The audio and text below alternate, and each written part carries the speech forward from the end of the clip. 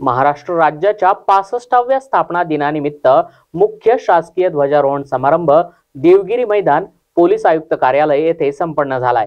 या समारंभामध्ये विभागीय आयुक्त मधुकर अर्दड यांच्या हस्ते ध्वजारोहण करण्यात आलं। या कार्यक्रमास विरोधी पक्षनेते अंबादास दानवे, लोकसभेचे उमेदवार चंद्रकांत खैरे, पोलीस अधिकारी आणि नागरिक उपस्थित होते।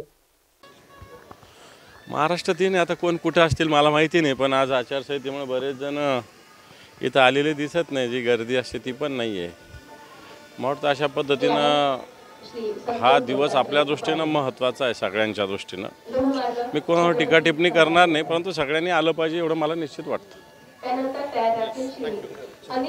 दिनानिमित्त मी सर्व पत्रकार बंधूंना, नागरिकांना, सर्वांना हार्दिक शुभेच्छा देतो। ह्या दिवसासाठी खूप संघर्ष झाला, अनेकांनी आपलं शहीदत्व पत्करलं, खूप हे झालं आणि हा आजचा दिवस 1 मेला त्या ठिकाणी आपण महाराष्ट्रामध्ये धूमधडाक्यात साजरा करत आहोत 64व्या वर्षापर्यंत। आणि मी या ठिकाणी सांगेन की आजचा महत्त्वाचा दिवस हा आहे आणि आजचा महत्त्वाचा दिवस म्हणजे अनेक हुतात्मे झाले, अनेक शहीद झाले। या दिवसासाठी संयुक्त महाराष्ट्र झालाच पाहिजे ही घोषणा सगळ्यांची होती आणि त्यावेळेस फायरिंग झाल्या, खूप हे झालं। मग त्याच्यानंतर भाषावर प्रांतावर सगळ्या याचं हे झालं आहे, म्हणजे राज्याची निर्मिती झाली, त्यामध्ये महाराष्ट्र हा मराठी भाषक म्हणून झाला। तरी पण आमची मागणी काय आहे माहिती आहे का? आमची मागणी अशी आहे बेळगाव, कारवार, बिदर, गुलबर्गा, त्याच्यानंतर मग बाकी सर्वच भाग तो आमचा मराठी भाषिक जो आहे तो या महाराष्ट्रात आला पाहिजे, संयुक्त महाराष्ट्रात आला पाहिजे ही भूमिका आमची आजही आहे।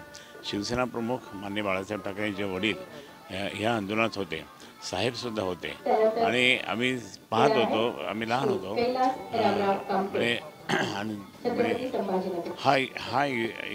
हा दिवस हा लवकर यावा अशी आमची म्हणजे मागणी होती आणि ती आज आचारसंहिता असल्यामुळे त्या ठिकाणी फक्त अधिकारी वर्गांनीच त्या ठिकाणी विभागीय आयुक्तांनी, सन्माननीय विभागीय आयुक्तांनी झेंडावंदन केलं आणि आम्ही त्या झेंडावंदनमध्ये प्रतिवर्षीप्रमाणे आम्ही सहभागी झालो, कारण हा आमचा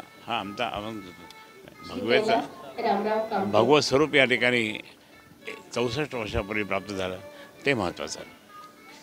थँक्यू।